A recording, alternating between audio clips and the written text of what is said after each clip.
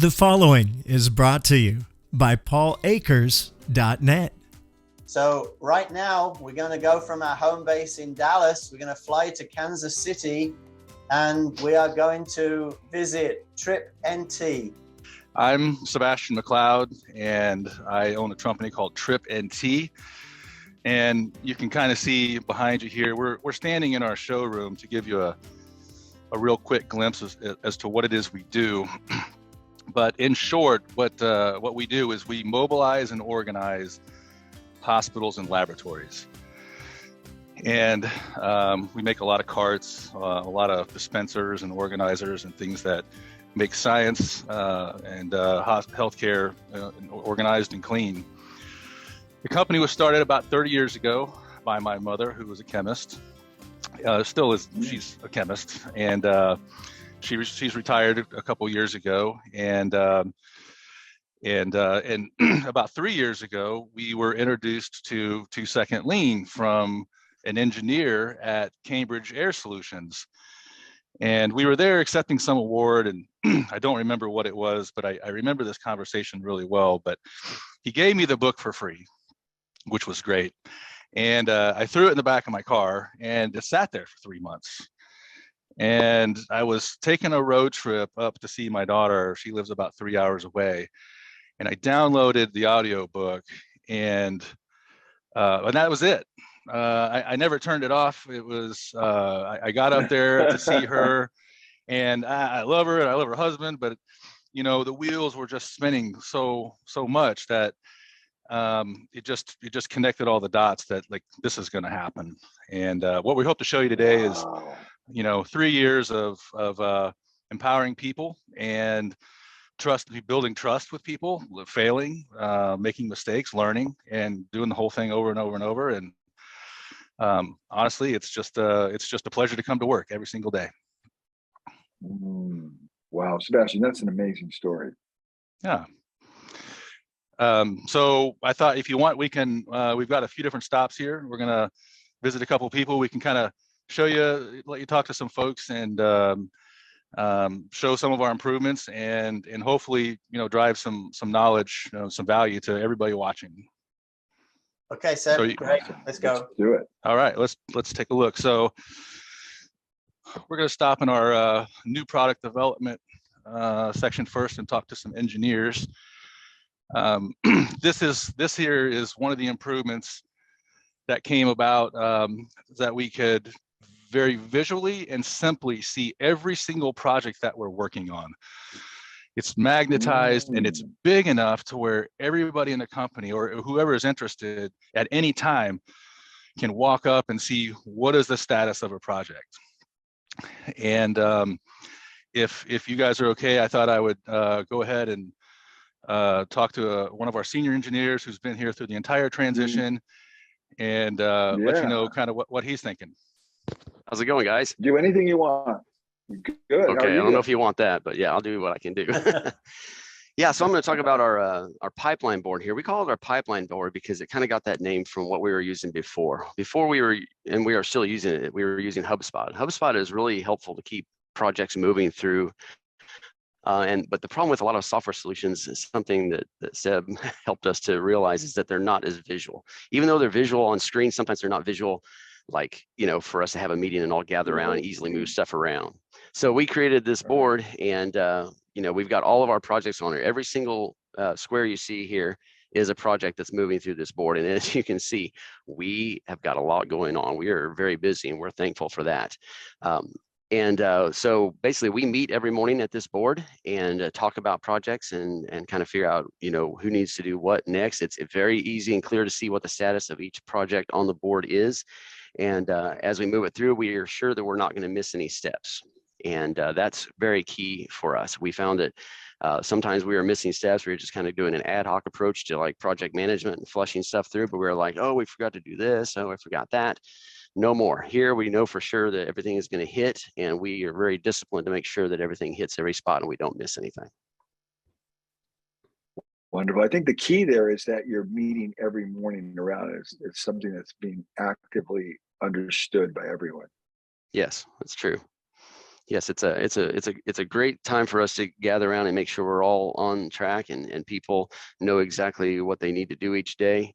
And we just keep pushing stuff forward. I mean, some of the improvements we've done here is, like, you see there's a lot of color coding. Like if you see a green square, then that's like a cart that we're doing for another company or another project for another company. If you see a red writing on a square, then that's one of our own products. And if you see the green, I think I already spoke about the green, but then if you see a blue square, that's for like a product change, like an improvement on an actual product.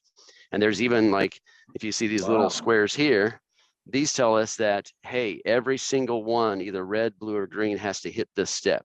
But there's some of them that don't have that, like right here. You know, we don't have to have every single type of project go through and hit that square. So that helps us to see, hey, we can flush this through and get things moving faster. And what's been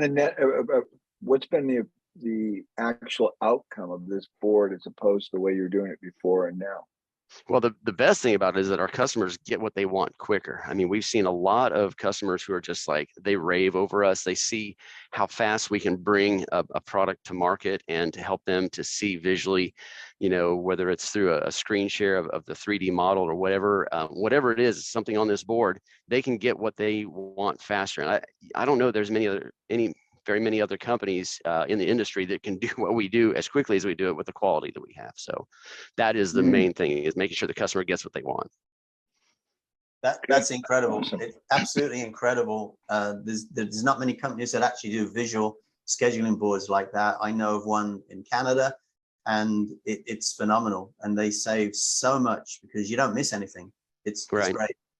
And yeah. I also would say that one of the big results that the engineering team has done is, because they do it this way, what happens is you don't have many defects when you get on the production floor, because there's no missing information. And it kind of goes back down to the term in the lean community that sometimes you need to slow down to speed up. And what this really does for us is it does force us to slow down and look at every single step, validate that it's actually needed to be done, and then we come up with systems to make those better. And the whole thing just, well, every day you walk in the door here, something's going to be a little better than it was yesterday. And that's just a great feeling. Yeah. Wow, 2 Second Lean has had a huge impact on this. Yeah.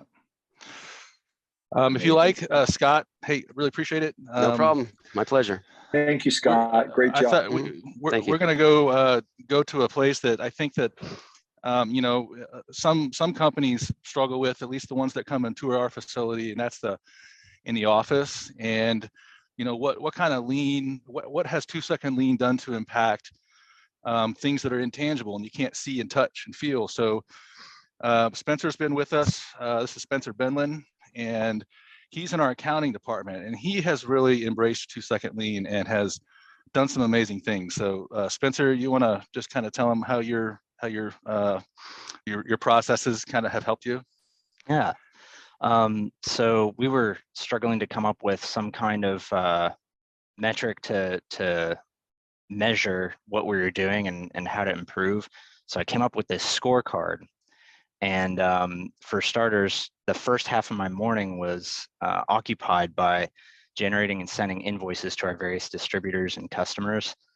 And we have, you know, different distributors have kind of different requirements as to what kind of information they want from us.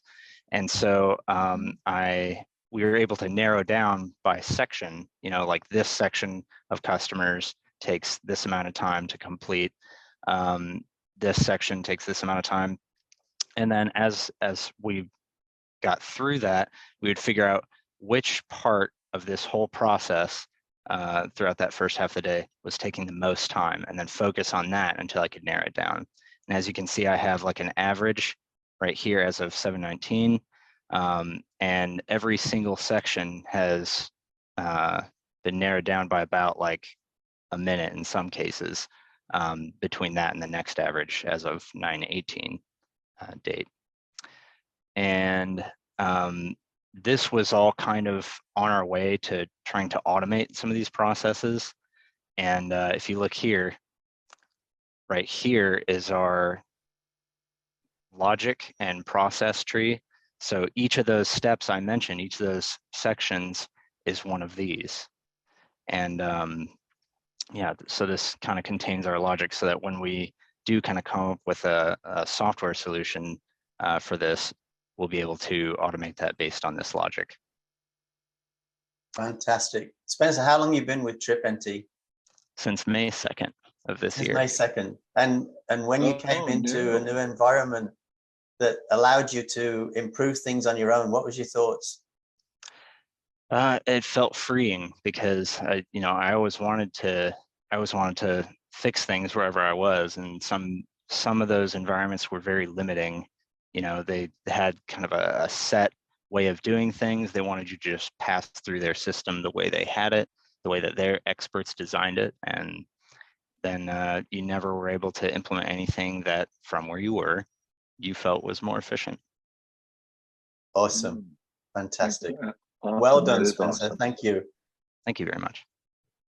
One of the things, thanks, Spencer, I can tell, I'd like to just share with everybody out there who's listening is that what 2-second lean really did for me when I read it, and I always felt like I was pretty good at whatever I put my mind to, but when I read the book, what changed for me, Paul, I don't think I've ever told you this, but it really made me believe that anybody could do it, that everybody could do it. Yes. It was so simple that I knew that every single employee that worked for us could make a meaningful contribution and feel good about it. And this is the product of what happens is that you end up you bring in people that are curious. Every single person here is always looking to just shave a little bit all the time. And when that takes hold of a culture, so much other wasteful, non-value added stuff just kind of goes to the wayside. And the thing is that it's completely and totally sustainable. This isn't, for the rest of your life, when you come in, you're going to get closer to excellence. You're going to be driving more value to your customers. Things will always be getting better. And, and it's the people who are surrounding you are the ones that are actually making it happen. Such a beautiful story. It's exactly right. It's great. Okay, walk and talk, Sebastian, and I'm going to ask you a question. So Sure. as a leader, since you implemented 2-second lean and you got everybody to engage, how's it changed your life as far as stressful? Well, I'll tell you, because I love coming to work every day again, my stress, it's almost non-existent. I couldn't tell you that it wasn't there at all, but I'll tell you, every single thing that we do it's sustainable. We can continue to get better, and all we have to do really is this simple. It's just improve one thing a day, just one thing, at least one. And even when when I'm a little down and don't know what to do, when I go improve something and I come in the next day, it's like, hey, it's a new day. Like, we're gonna do this again. You feel better. Absolutely. Oh yeah. We're out here on the line, and we're going to be here with a guy that's his name's Drew Kent, and he's been with us for about 8 years. He was with us the entire transition, but Drew did something kind of interesting. He helped transform our product, our building techniques from batching to one-piece flow, and he's an extraordinary guy that's got a great insight here. So this is Drew Kent right here. Hi, Drew. All right. Hey, Drew. Hi, good morning. Yep. So my name is Drew. I've been here for about 8 years, and I help manage this production line here. So when I started here 8 years ago, it was always a great place to work. The bosses and the management always cared around the people. Like I said, we did a lot of batch work. I can remember back in the day, I used to work in the shipping department. We'd have 12 carts in a box, 5 or 6 carts on the line about to be brought over to the shipping department, maybe 2 or 3 carts cut and ready to go. And someone would realize that there's a defect with the top rail, and all those carts in those boxes need to come out. Everything on the line needs to be stopped, taken apart, and fixed. And then there might even be some pieces that are cut out that are on that might have to be trashed. And that's, there could be hours of rework there just from that one simple issue. And nowadays, with running on one-piece flow like we do now, if something happens on the line, these guys here are going to notice it, and they're going to call the on the walkie. We'll stop the line and we'll say, hey, what's wrong? How do we need to fix this? Do we need the engineering team to change something real quick? Maybe we just need to change the process on this product real quick. But it has saved us, some days, hours of rework, noticing that issue beforehand. Great example. And then we'll talk about the clocks for just a second here. So one thing that we did here that a lot of people were uncomfortable with at first, and sometimes we still get a little uncomfortable with, is we put ourselves on timers. So as you can see, we have 1 minute and 30 seconds left to finish this cart. And when it's done, all these clocks are going to change to the next cycle time. This is just a free program that we found online. No need to spend something fancy, just like you don't need a fancy camera to shoot an improvement video. And it allows us to just keep on track and keep a drum beat. And when something changes, we know it's wrong. We can pause these timers on our tablet, start tracking how much time that we're losing right now on this issue. So that way, when we fix that issue, we can say, hey, look, that issue that caused us 1 minute, maybe 45 seconds, maybe 10, 12 minutes, it's never going to happen again. And we can keep track of how much time we're saving the customer. Wow. What gets measured gets action. That's really, Absolutely. that's really good. So Jason, can you put a link into the chat for that particular piece of software so everybody can share it? Thank you. Sure.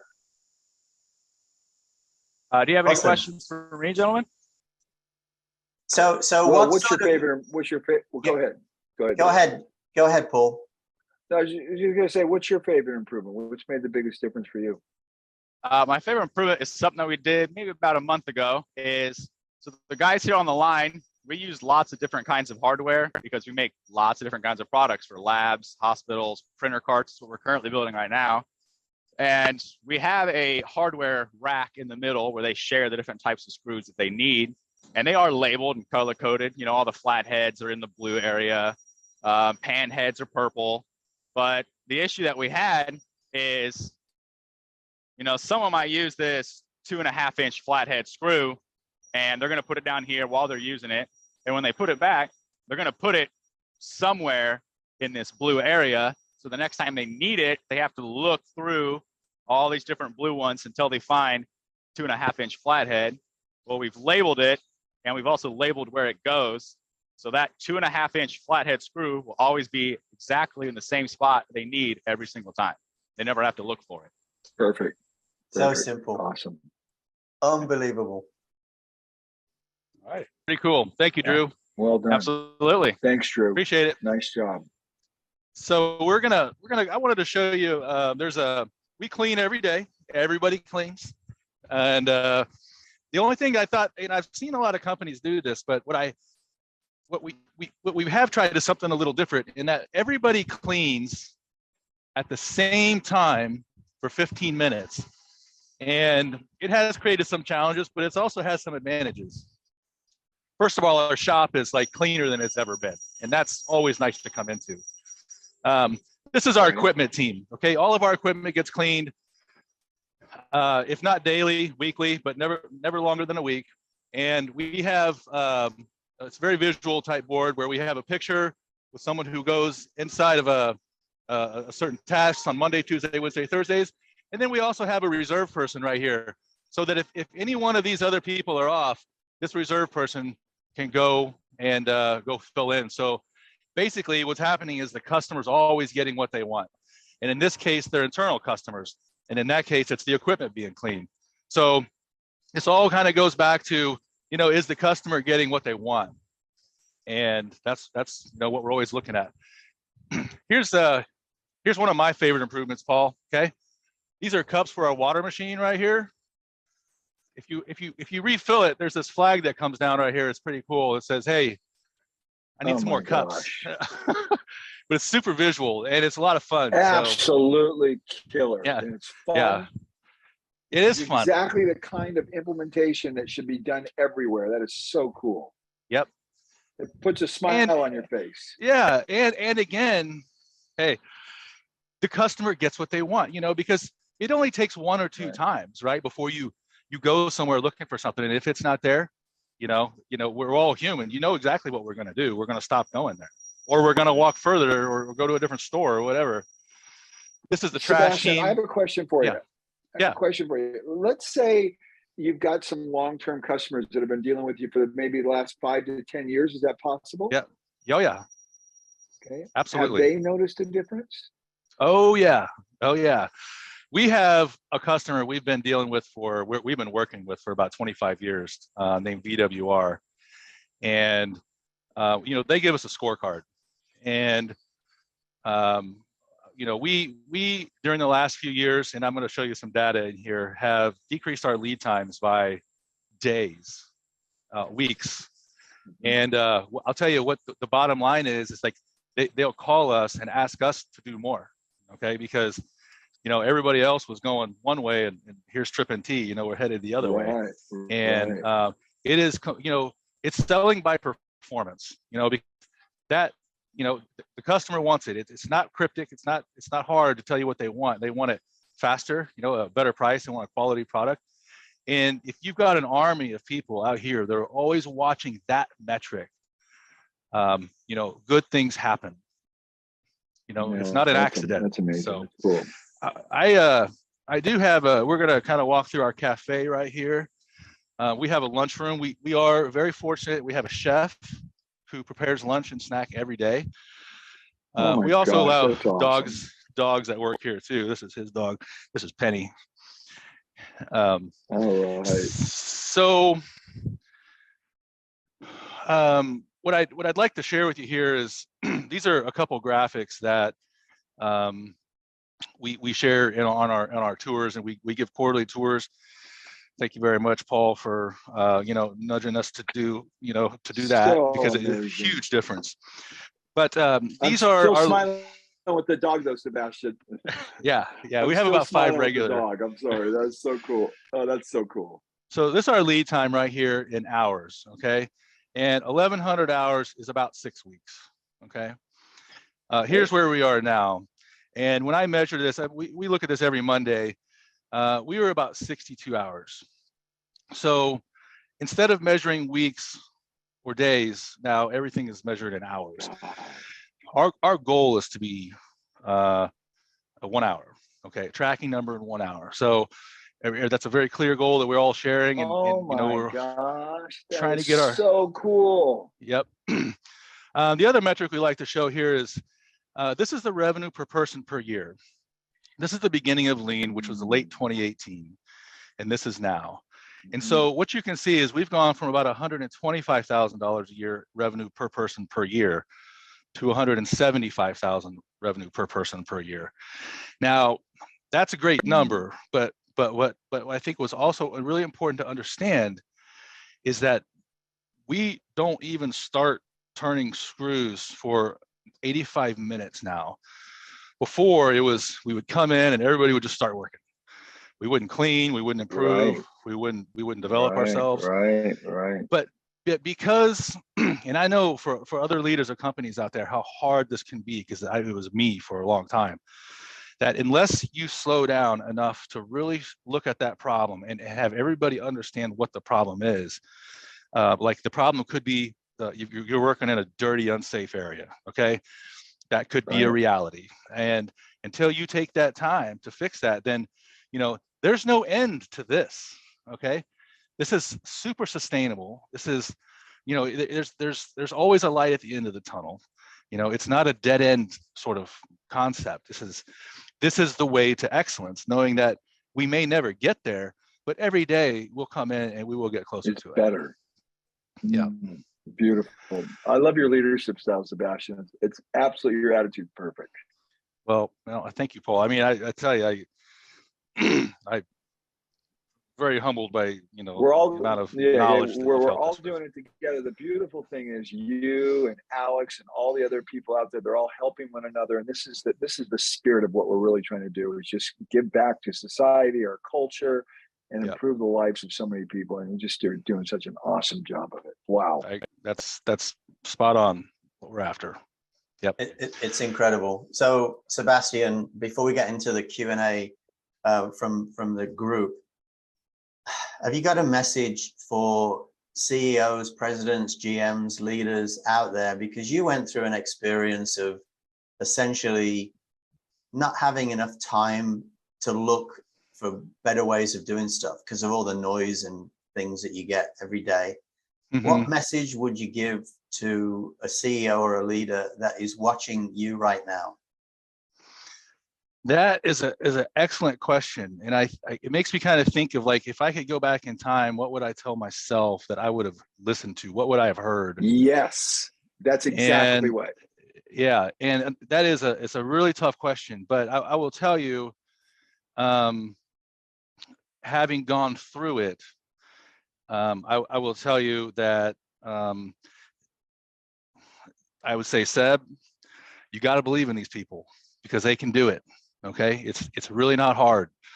And I would tell myself that, you got to stop and really confront, what are the real challenges? Is this sustainable?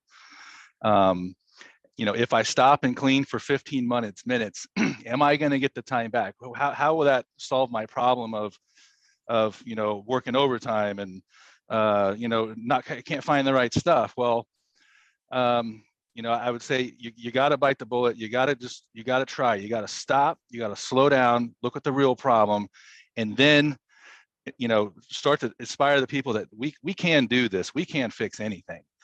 And there is just a mountain of data that proves it. And I would tell myself, and Seb, you're going to be a lot happier too. So, that's what I would try. Yeah. But it is a very hard question, and it's an excellent question. I would also say that, there was a long time ago, there was a guy that tried to tell me this. He says, the better questions you ask, the better answers you're going to get. And that's a better question, Paul. And, I'm reaching for the answer, but, sometimes we just kind of have to live through it ourselves. I mean, one comment. Unfortunately, that is very true. And, you have to live through it yourself. I know that I had to, and so many people do. And I think so many CEOs are afraid of what they don't know. Mm-hmm. Yep. Did I lose someone or no? No, we're fine. Still all together? Okay, I got something weird on my screen. Okay, go ahead. So, and the thing is as well, back when Paul wrote the book originally, leaders, in a lot of cases, didn't have time to read the book. Okay, they were working 12, 14 hours a day. They didn't have time to read the book, but that's all gone now because you can download Link Play free. You can listen to the book, drive into work, drive into your daughter's for 3 hours, and it's there. I mean, there's no excuse now. So hopefully the 2% of 2% that actually get it, in another year's time, it might be 3% of 3%, and then we'll grow it exponentially, just the same way you've reduced lead time exponentially. It's really cool. All right, I think we're ready. Let me ask you one question. Go ahead. I want to ask him a question real quick. So, Sebastian, what is, you think, the number one reason why you maybe didn't believe in your people and then you learned to believe in your people? I can tell you the answer to that. The answer to that is I didn't know. Well, you don't know what you don't know, and I didn't know how simple it was going to be to understand, and that it didn't take a person with a degree with rocket science or, what a lot of people out there call the good ones, or, we got to hire the good ones. Well, right. All people are good, and anybody can get this. Right. All it is really is a choice. Is this what you want? Do you want to come into work and feel empowered? Do you want better communication? Sometimes I say, this is the devil, everything's out in the open, and if you really want to improve, this is your place. Okay. And we're ready. And I think what you find with most people is they do want that. They do want that. They want absolutely a place where they're not watching the clock. You're just making a meaningful difference inside the organization. And we were designed to improve, period. Yep. That is right. People were designed to improve, period. That's right. And, I love it here now.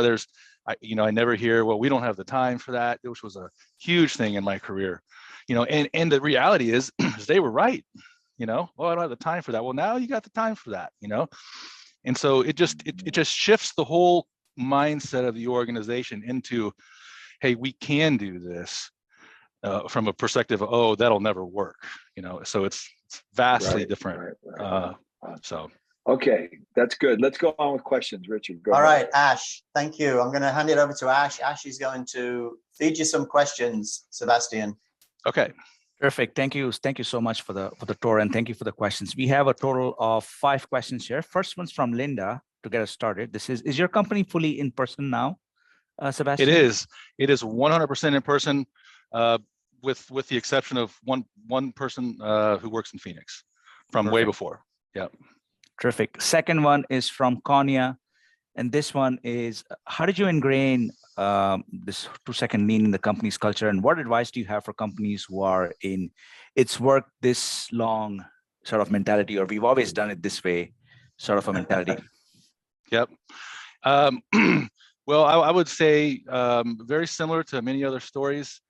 It starts with the morning meeting, and what the morning meeting does is it provides a function of a drumbeat of this is who we are now. And there's a lot of talk about improving every day. And that's basically where it starts. That's a ground zero, is you just talk about it and you confront the reality of what's going on. And as within weeks, I'll say weeks, maybe a couple months, you know, the things start to develop a little bit. They start to mature just a tiny little bit. And then the conversations get a little different. They get, you know, they get more meaningful in terms of improving. And it's over time like this where it becomes really clear to everybody in the group if this is something that you're really thriving in, or if it's something that maybe it's not for you. But you know, it's a steady drumbeat of talking about how will we drive more value to the customer, and it starts on a daily basis. And I think that's why it's so important that, you know, you never miss a morning meeting. It's always going to be something where you're going to try to drive more value to your internal customers, which are employees. You know, how are we going to make this place better? Did you start by teaching everybody the wastes? Yep, we started with teaching wastes. We started with improvement videos. We started teaching how to shoot an improvement video. We started, you know, letting people lead the meeting. But all very small things, but we were very consistent about it as well, and respectful. You never gave up. You know, yeah, change it's hard. It's hard for some people, and it's hard, you know, for most people, I'd even say.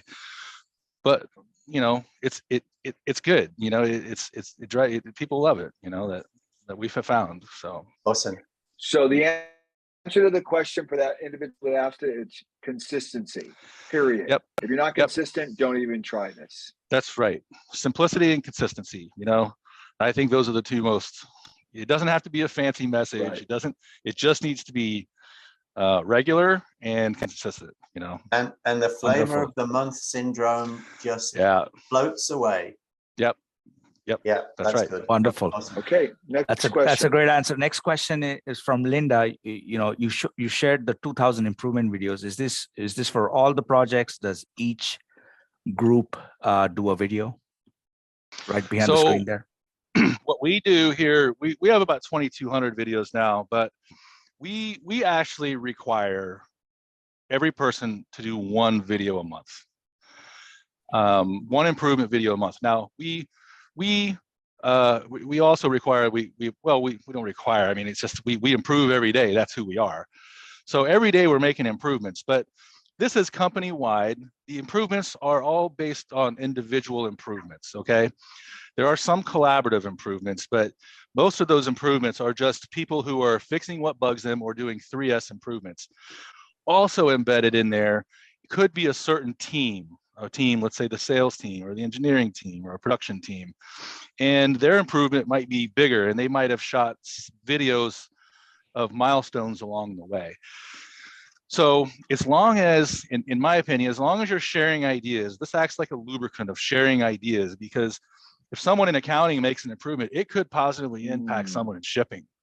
Wow. And just the flow, the constant, you know, drumbeat of improving and sharing ideas is really what drives a lot of that improvement mindset, which kind of ties into that previous question, is how do you change that culture, you know, to people that, you know, may not be real open to learn how to learn. make videos and teach people how to make videos. Yeah, right. We try to make it really easy. Okay, awesome. Next Wonderful, question. wonderful. Next question here is from Norm. How does the and-on system work when you were showing us the system back by the cups, I think is where it was. Yeah. So we again keep it real simple. We bought 10 or 20 radios, like walkie-talkies, and we gave every person in the production line a radio. And when anybody, and we've learned our way through this through some stumbles, but again, we're here to share. Anybody share information, that's all good. Is if there's a problem and they're not going to hit their cycle time, they call an on-don. And right now it's the leader in the line, and our floor engineer is going to show up to that on-don and make a determination if we need to bring in more people. It could be an order entry issue, it could be a raw material issue, it could be a programming issue, and then we immediately, we have 60 seconds. We've just set that sort of expectation that you're going to be there within 60 seconds because the line will be down. And it costs us, $20 a minute. We have a number that we can put on that time, and we solve the issue right then. If at all possible, we solve it right then. And I love it. This is fantastic. Yep, it's incredible. Definitely a sense of urgency here. This is awesome. 60 seconds. Unbelievable. That's great. Okay. Next question. Just two more questions here. The next one is from Norm as well. How are improvements recorded and measured? Is there a team that checks ideas? Yeah, so the answer to Norm is no. There is no team that checks the ideas. We, along this journey, had really decided, trust is one of those things that we got to work real hard on. And so we're trusting people, but what we've learned, I will say, over time is from visiting a couple of teammates visited Seating Matters and Yellow Tool last month, that we think now that we might see some more value, Norm, in larger improvements that we might put a team of people on to approve and execute those. While the 3S and fixing what bugs you improvements, we just sort of unleash people to their own devices. Right. Sure. So absolutely. we're going to try that. Wonderful, wonderful, great, absolutely. Terrific. Well, I say last question, but every time there's one more coming in, so we got a couple more here, Sebastian, for you. One is from Pankaj. How long until 2-second lean got the momentum? I mean, for how long had you had to sort of drive the initiative as opposed to people having, owning it themselves? I would say from a numbers, from a data standpoint, we took a dip like in the first 3 or 4 months.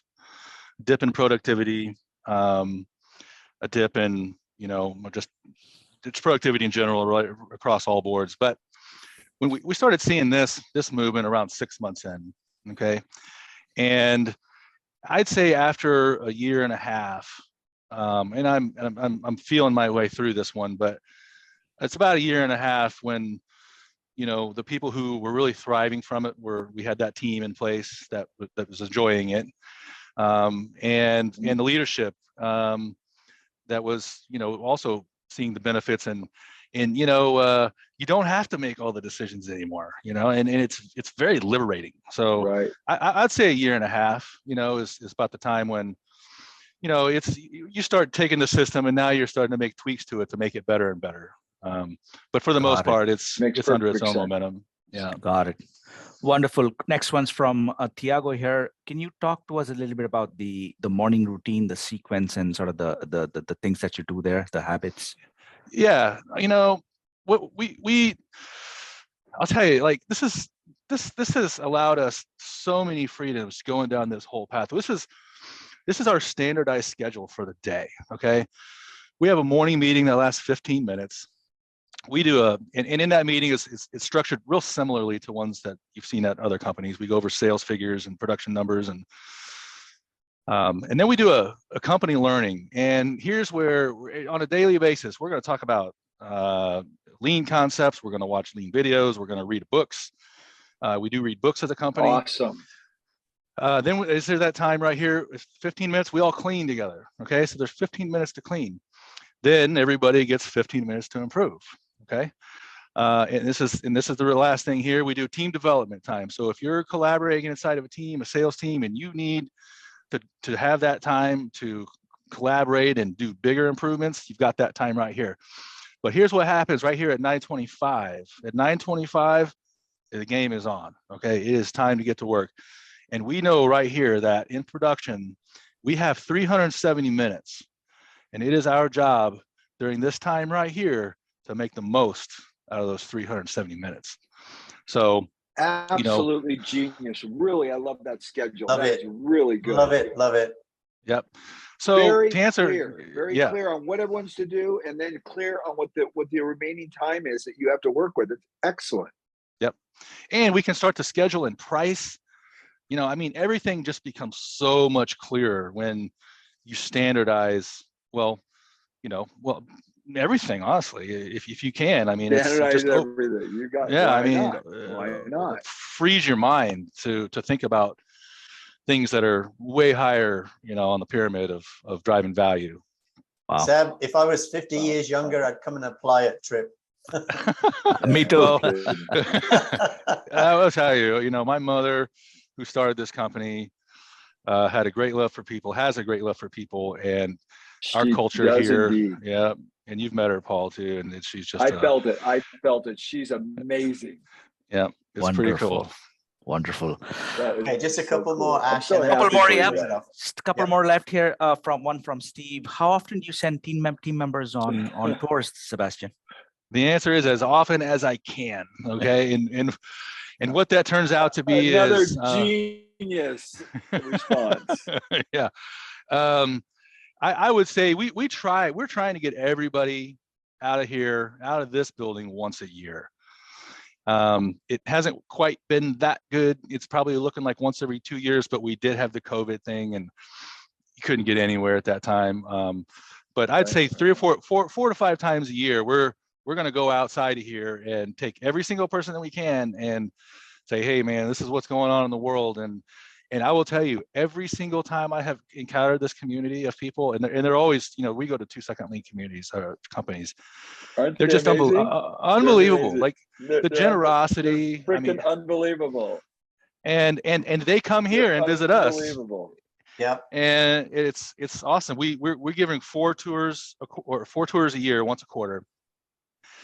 And this is the first time now, like our November tour is full. Like we can't let any more people in, and there's people signing up for the February tour now. So it's starting, it's quite it's just fun. Okay? It just keeps building. That's all there is to it. We've got Jesse right now. We got Jesse here in Japan. Right. Yeah. And so our operations guy is cool. sleeping in the room next to you, I think, Paul. So Sebastian, tomorrow, instead of having 370 minutes, tomorrow you'll have 310 because we've got a tour tomorrow morning in Argentina. So you can, if you want to, shut down your factory and get all your employees to go on a tour tomorrow. Okay. We will watch that tour one way or another. Yeah. All right. Last question. And I have to go to bed. Yes. Okay. Last question. Last question here from Drew. Was building the 2SL culture a roller coaster ride of frustration, or was it generally smooth and positive for you, Sebastian? Speak to the change and the process you went through. Yeah. It's a little, I don't know if anything goes real, on a straight line smooth, but it was definitely some challenges. And I'm not going to dodge the question, but I'm going to tell you this, Drew. This is something I read out of a book. Leadership is 40% working on yourself. And when I went through this with people, I had to do some deep soul searching myself about what it is that I really wanted and the kind of people that I thought would do well in this environment. So there were some ups and downs, but a lot of that was, me deciding internally, like, can I do this? Is this something I love enough to have a real tough conversation with a guy that's been working here for 10 years, So, I think the answer to the question is, if you are committed to working on yourself and understanding other, really looking at other people's challenges too, then it will work. You will get through it and you will make it. As to how smooth it's going to go for you, I have really no idea. But I'll tell you, this community of people around here, including myself, will do anything we can to help you. Hopefully you enjoyed the video. Remember, like and subscribe and pass this on to other people. Let's change the world together. And remember my app, 2 Second Lean Play. It's all free and it has all my books in the audio version as well as some other great authors. You're really going to enjoy it. Brought to you by paulakers.net, where you'll find all Paul's books and lean resources for free, including the new 2 Second Lean Play app, like Audible, but free. To listen to Lean is Lean on the 2 Second Lean Play app at paulakers.net.